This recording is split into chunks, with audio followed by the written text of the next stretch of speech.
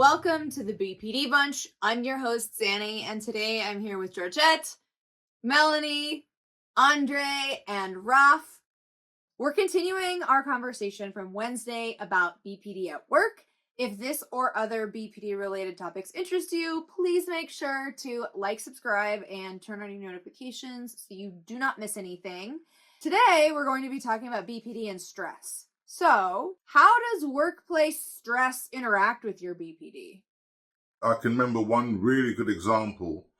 I was teaching a class and one of the younger trainers had volunteered to help me set up next door because I was going to teach two classes back to back. Meanwhile, our other colleague was teaching the class and kind of dismissed him, like, come back later. So he came back and said, oh, this other person said, so I'll have to wait. I said, but he's going over time. So straight away, this whole thing in my head became a case of this other colleague is bullying our younger colleague because he's very gentle. I'm not having this today. And it really escalated into a bit of a raised voice escalation. We ended up off into the staff room and having words. And I think that was I was the end of that, working at that venue not long after, because I was just so fuming. But the point was, the person that I lost it with was also someone that I saw and I loved dearly as a brother, as a family member.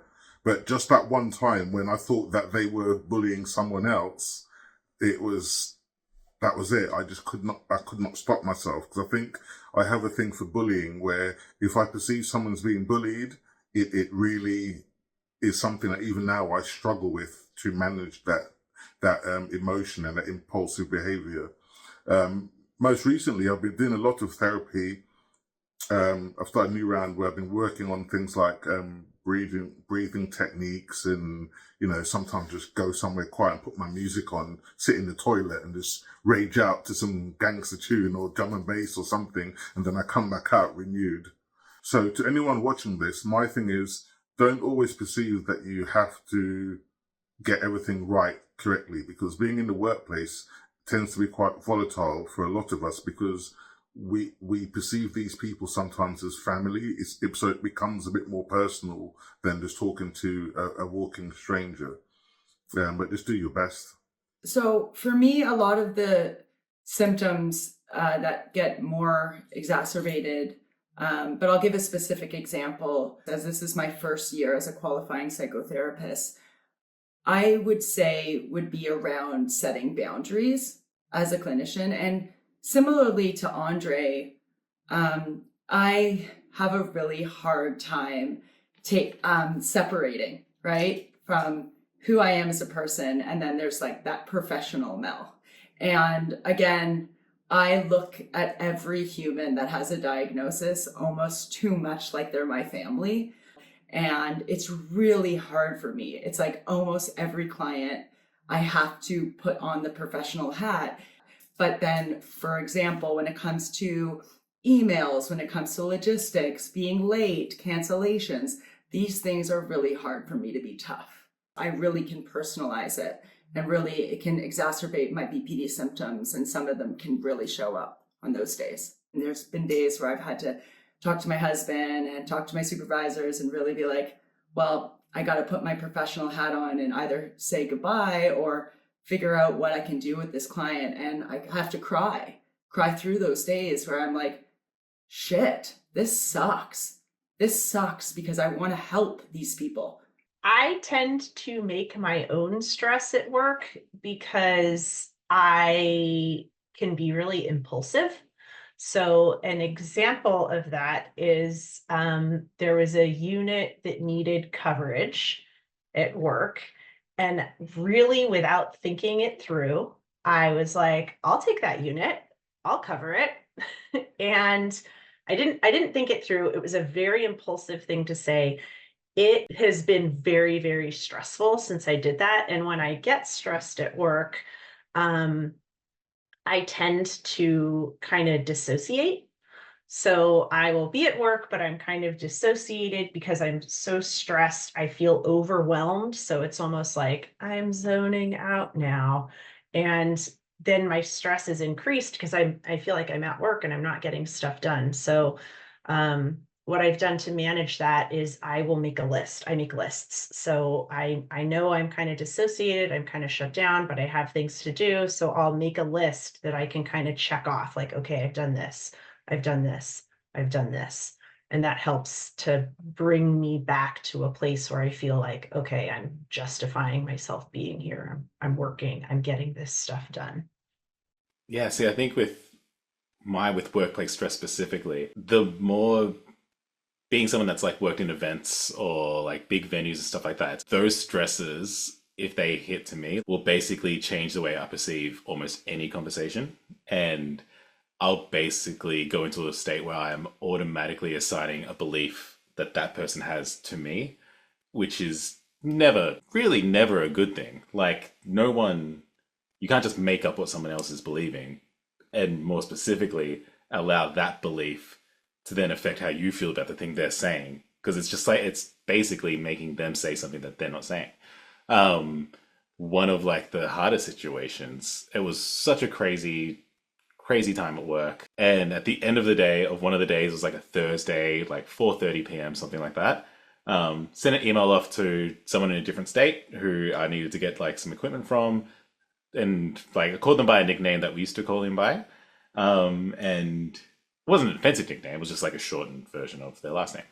And they wrote back, cool, no worries, I'll sort that out. And he goes like, oh, sorry, mate, can we just not call me that now? My name's this. Completely innocuous, completely reasonable. I looked at that email as if this guy had just gone like, I fucking hate you. I looked at the screen for like 10 minutes and I was furious. And I was about to write back and just be like, first of all, like, it didn't fucking mean anything. Like, I thought of this whole email to send back to him, and I was so angry. And I was like, I can't respond. I'm like this angry. I was just like, okay, bang. And it was the end of the day. I was like, I'm going home. I'm not dealing with this anymore. I go home, sleep, do whatever, come back the next day, I read the email, and I was like, that's what I was angry at? It was like day and night. I looked at it and I couldn't believe that I got that angry at something so innocuous from someone who I've known for years, who has probably been one of the most friendliest people in the company. Literally, the way of addressing it was just stepping back and not addressing it. It was just realizing this doesn't need to be sorted out now, especially at the time when I'm so activated by it.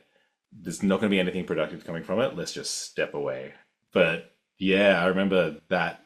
Just the difference in quite literally going home, resting, taking a nap, and coming back was 4:30 p.m. one day, and it was 9 a.m. the next day, and it was an entirely different experience. And this happened 6 years ago, and for some reason that's stuck in my head because I could not believe just how wildly different my reality was in the space of 16 hours.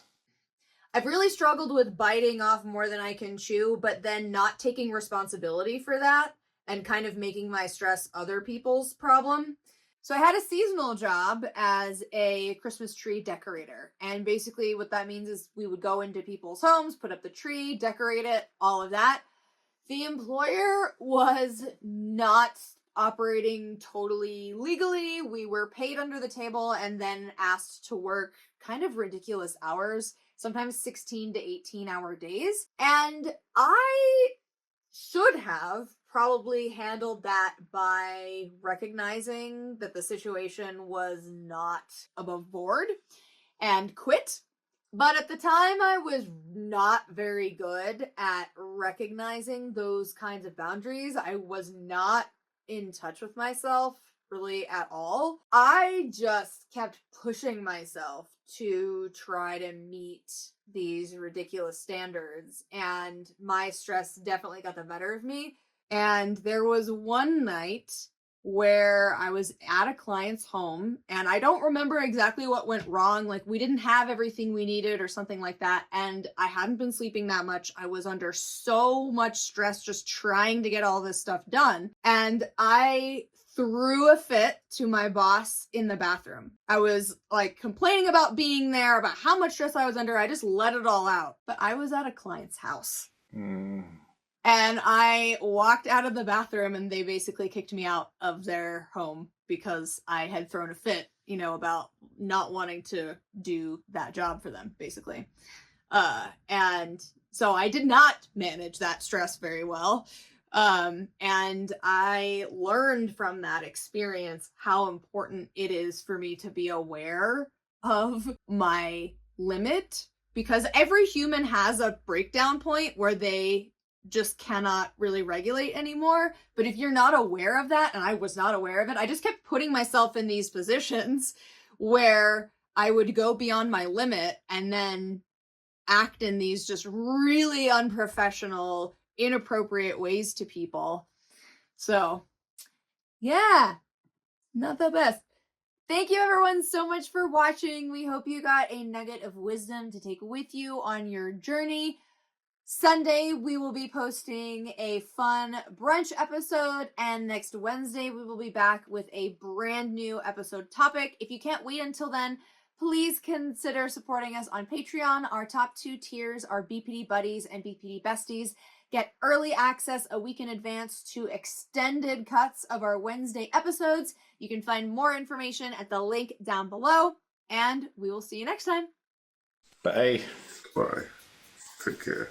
Boom.